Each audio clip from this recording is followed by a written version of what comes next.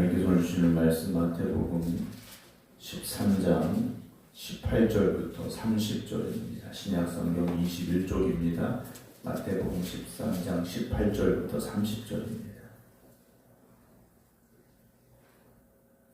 그런즉 씨 뿌리는 비유를 들으라. 아무나 천국 말씀을 듣고 깨닫지 못할 때는 악한 자가 와서 그 마음에 뿌려진 것을 빼앗나니 이는 곧 길가에 뿌려진 자요 돌밭에 뿌려졌다는 것을 말씀을 듣고 즉시 기쁨으로 받되 그 속에 뿌리가 없어 잠시 견디다가 말씀으로 말미암아 환난이나 박해가 일어날 때에는 곧 넘어지는 자요 가시떨기에 뿌려졌다는 것은 말씀을 들으나 세상의 염려와 재물의 유혹에 말씀이 막혀 결실하지 못하는 자요 좋은 땅에 뿌려졌다는 것은 말씀을 듣고 깨닫는 자니 결실하여 어떤 것은 100배 어떤 것은 60배 어떤 것은 30배가 되느니라 하시더라. 예수께서 그들 앞에 또 비유를 들어 이르시되 천국은 좋은 씨를 제 밭에 뿌린 사람과 같으니 사람들이 잘 때 그 원수가 와서 곡식 가운데 가라지를 덧 뿌리고 갔더니 싹이 나고 결실할 때 가라지도 보이거늘 집 주인의 종들이 와서 말하되 주여 밭에 좋은 씨를 뿌리지 아니하였나이까 그런데 가라지가 어디서 생겼나이까 주인이 이르되 원수가 이렇게 하였구나 종들이 말하되 그러면 우리가 가서 이것을 뽑기를 원하시나이까 주인이 이르되 가만두라 가라지를 뽑다가 곡식까지 뽑을까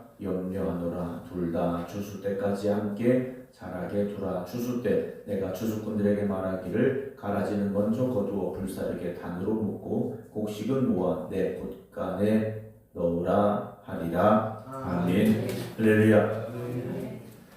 하나님 그신 은혜 가운데 믿음으로 승리하는 모든 성도님들 되시길 주의 이름으로 축원합니다. 어제 우리가 함께 말씀을 나눈 밭의 비유에 대한 말씀을 주님께서 제자들에게 다시 설명해 주고 계신 내용이 오늘 본문에 이어지고 있고 또 밭에 뿌려진 가라지에 대한 말씀을 덧붙여서 주님께서 제자들에게 말씀을 주고 계시죠. 우리가 말씀을 듣지 않는 건 아닙니다. 말씀을 듣고 읽고 또 쓰고 합니다. 근데 그 말씀이 정말 우리 안에 뿌리 내리고 있는가 또 열매를 맺어가고 있는가를 이 밭의 비유를 통해서 한번 생각해 보고 또 우리가 새롭게 결단하는 은혜가 있기를 원합니다. 오늘 주님께서 제자들에게 말씀을 하시죠. 그런즉 씨 뿌리는 비유를 들어라 그러십니다. 그래 너희들이 왜 내가 비유로 말하는가 물었지. 그렇다면 그 비유가 무엇을 의미하는지 이제 잘 들어라 라고 말씀을 하시죠. 우리가 신앙생활하면서 어떤 사람은 열매가 풍성한데 어떤 사람은 열매가 없는 경우도 있습니다. 왜 그럴까 하는 거죠. 19절 보면 아무나 천국 말씀을 듣고 깨닫지 못할 때는 길가에 뿌려진 씨앗인데 악한 자가 와서 그 마음에 뿌려진 것을 빼앗는다 라고 말씀을 하십니다. 길가에도 씨앗이 뿌려졌다라는 거죠. 뿌려지지 않은 건 아니라는 겁니다. 우리가 예를 들어서 예배 시간에 설교자를 통하여 하나님의 말씀이 선포되어질 때 누구에게든지 그 씨앗은 지금 뿌려지고 있다는 거죠. 근데 문제는 뭡니까? 그 말씀이 뿌리 내릴 수 없는 상황이라는 겁니다. 더군다나 뿌리도 내리기 전에 사라져버린다는 거죠. 왜 그렇습니까? 너무 바빠요. 예배 시간에 교회 오긴 왔는데 그 뒤에 일들이 너무 바쁜 겁니다. 예배 끝나고 뭘 해야 되고 온통 그 생각이 마음속에 들어있는 거죠. 때로는 어떤 상처가 어떤 교회 안에서의 상처 또 성도들 간의 어떤 문제들로 인하여서 또는 성도와 목회자 간의 어떤 일들로 인하여서 마음이 굳어지는 겁니다. 그럴 때 이 마음이 굳어지면 말씀을 들어도 그 말씀이 뿌리낼 수 없는 상황이 되고 만다라는 거죠. 또 어떤 경우입니까? 습관이 되어버린 거죠. 그냥 예배가 습관이 된 겁니다.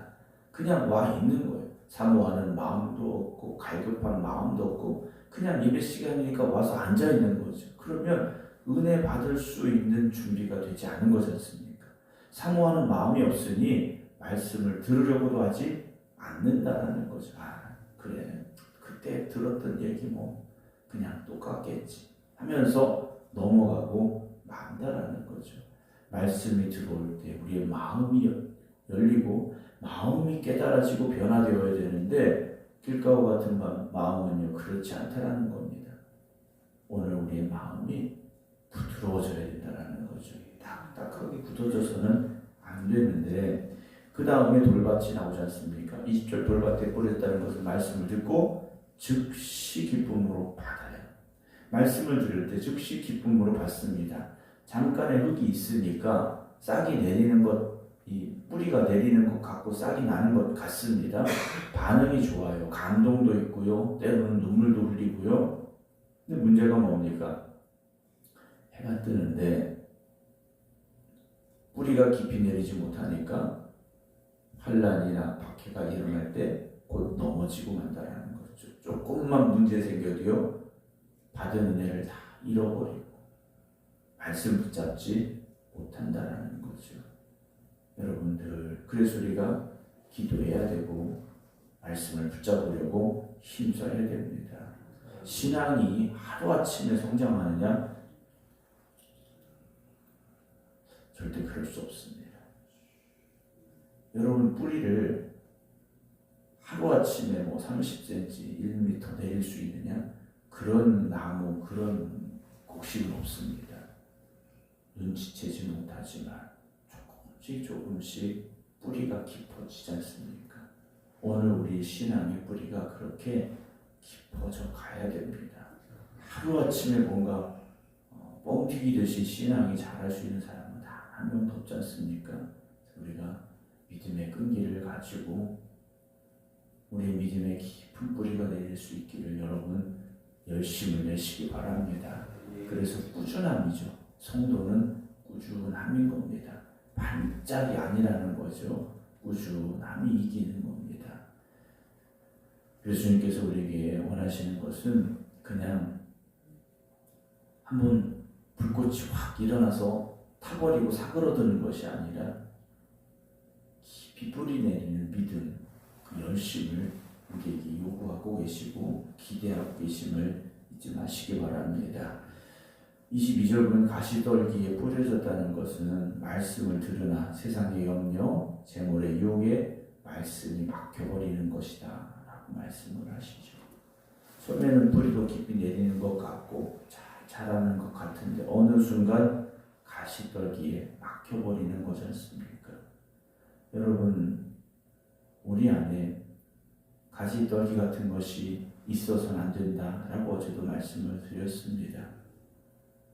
말씀이 자라기 위해서 버려야 될 것들을 버려야 되죠. 고집도 버려야 되고 욕심도 버려야 되고요. 어떤 나의 세상 말하는 성질 이런 것도 좀 버려야 되고요. 그렇지 않고는 여러분 말씀이 어느 순간 멈출 수밖에 없습니다. 더 이상 성장하지 못하고 멈출 수밖에 없어요. 우리들 주변에 보면 길가와 같은 밭, 돌 있는 밭, 가시떨기가 있는 밭 그런 마음을 가진 이들이 있고 때로는 우리가 그럴 수도 있습니다. 우리가 우리 자신을 돌아봐야 되는데 그러려면 어떻게 됩니까?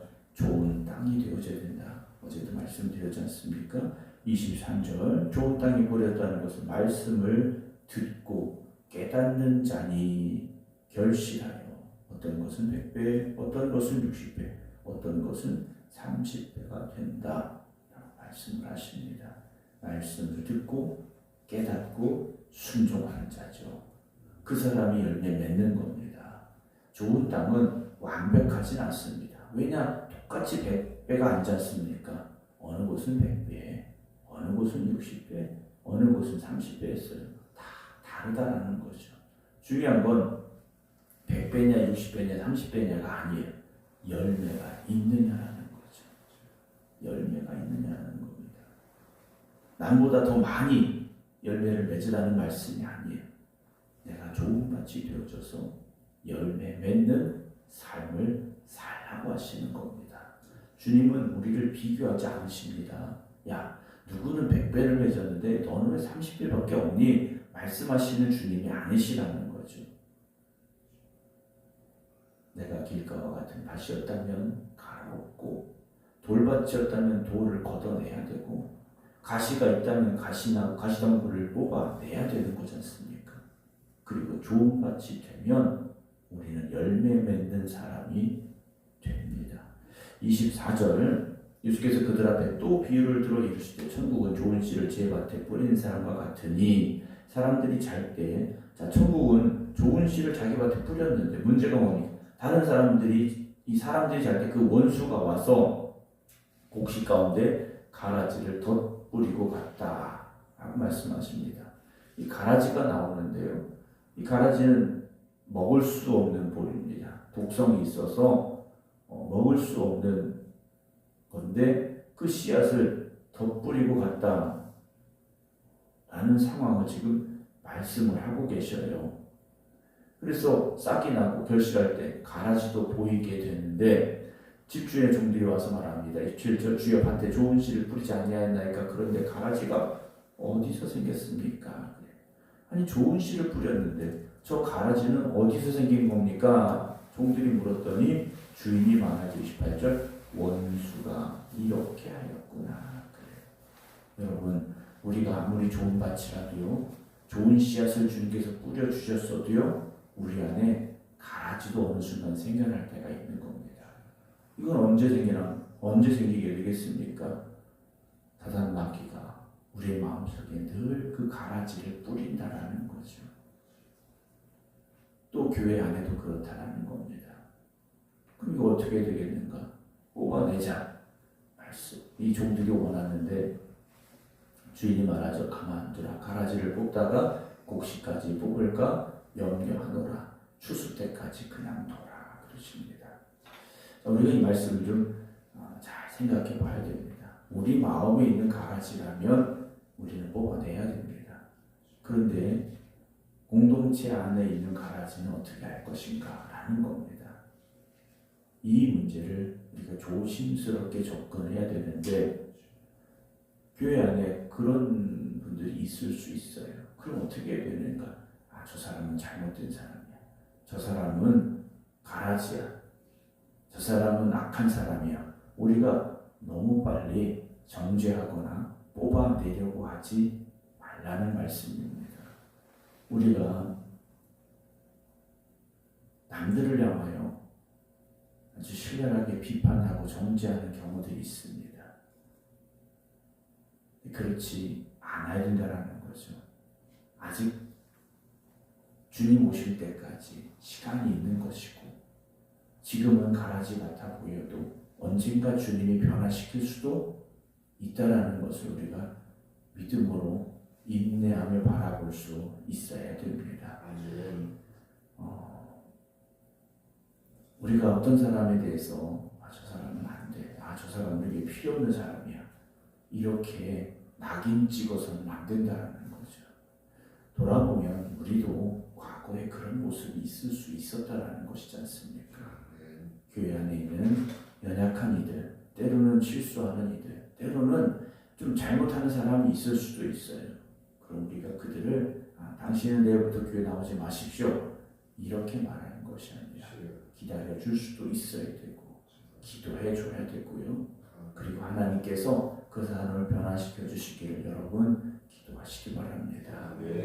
천국에 들이시거나 들이지 않는 것은 누가 하시는 겁니까? 하나님이 하시는 거지 않습니까? 그걸 우리가 판단하고 정죄하지 말고요. 우리가 심판자가 되지 말아야 됩니다. 주님이 다시 오셔서 심판하시는 것이지 우리가 그 사람을 심판해서는 안 된다라는 거죠. 더욱더 기도해주고 사랑으로 회복시켜 주시고 그리고 진리함에 설 수 있도록 여러분들이 힘쓰시고 노력하시기를 우리가 노력하기를 더욱더 힘써야 된다라는 말씀을 드리게 됩니다. 우리가 밭의 비유에 대한 말씀을 하면서 오늘 주님께서 가라지에 대한 말씀까지 하셨는데요. 우리의 마음밭이 어떠한 땅인가를 어제도 말씀드렸고 또 오늘도 한번 말씀드립니다. 우리 마음밭이 좋은 밭이 되어져야 됩니다. 길가, 돌 있는 밭, 가시가 있는 밭. 여러분 우리가 이 밭의 비율을 모르지 않지 않습니까? 다 잘 알고 계셔요. 근데 어느 순간 우리도 어떻게 됩니까? 좋은 밭이었는데 길가와 같은 밭이 되기도 하고 어느 순간 돌이 굴러와서 우리 마음밭에 박혀있기도 하고 어느 순간 가시더기가 자라나고 있기도 하지 않습니까? 그래서 늘 돌아보아야 됩니다. 특별히 새벽에 깨어있는 여러분 늘 마음밭을 돌아보시기 바랍니다. 그래서 항상 좋은 밭이 되셔서 100배, 60배, 30배 주님이 기뻐하시는 열매를 맺을 수 있는 우리 모두가 되기를 주님의 이름으로 축원합니다. 기도하겠습니다. 오늘도 주님의 말씀 앞에 서 있는 저희들입니다. 그 말씀이 우리를 깨닫게 하실 때 우리가 깨닫게 하시고 그 말씀에 순종하며 살아가는 저희들 되게 하여 주시옵소서. 주님 앞에 간절히 기도합니다. 좋은 밭이 되게 하여 주시옵소서. 100배, 60배, 30배 열매를 맺을 수 있는 그래서 하나님의 기쁨이 되는 저희들 되게 하여 주시옵소서. 오늘도 기도하는 성도들의 마음속에 염려와 걱정이 있다면 주님께서 함께하여 주시옵시사 내려놓게 하여 주시옵시고 믿음을 가지고 소망을 가지고 오늘도 기쁨과 감사함으로 살아가는 주님의 백성들이 되게 하여 주시옵소서. 오늘도 주의 종 간절히 간구하며 기도합니다. 성도들과 성도들의 가정과 성도들의 하는 일하는 일터를 주님 지켜 주시옵시사 오늘도 협력하여 손을 이루게 하시고 저들의 밟는 그곳이 축복의 땅이 되어지는 놀라운 은혜와 축복이 있게 하여 주시옵소서. 질병으로 아파하는 이들 주님께서 어루만져 주시어서 치유함을 얻게 하여 주시옵소서. 깨끗이 나음을 얻게 하여 주시옵소서. 경제적인 문제로 어려워하는 일도 있습니다. 주님 함께하여 주시어서 주님이 인도하여 주시는 믿음의 길로 순종의 길로 나아가게 하시고 주님이 주시는 축복의 자리에 다시 설 수 있도록 주님 저들 가운데 역사하여 주시옵소서. 오늘도 주님 앞에 기도합니다. 저들의 간절한 기도 위에 주님 응답하시고 역사하여 주시옵소서. 이제는 우리 주 예수 그리스도의 은혜와 아버지 하나님의 극진하신 사랑하심과 성령님의 감동 감화 교통 역사하심이 오늘도 주님께 모든 것 맡기고 믿음으로 기도드리는 성도들 위해 이제부터 영원토록 함께 하시기를 간절히 축원하옵나이다. 아멘.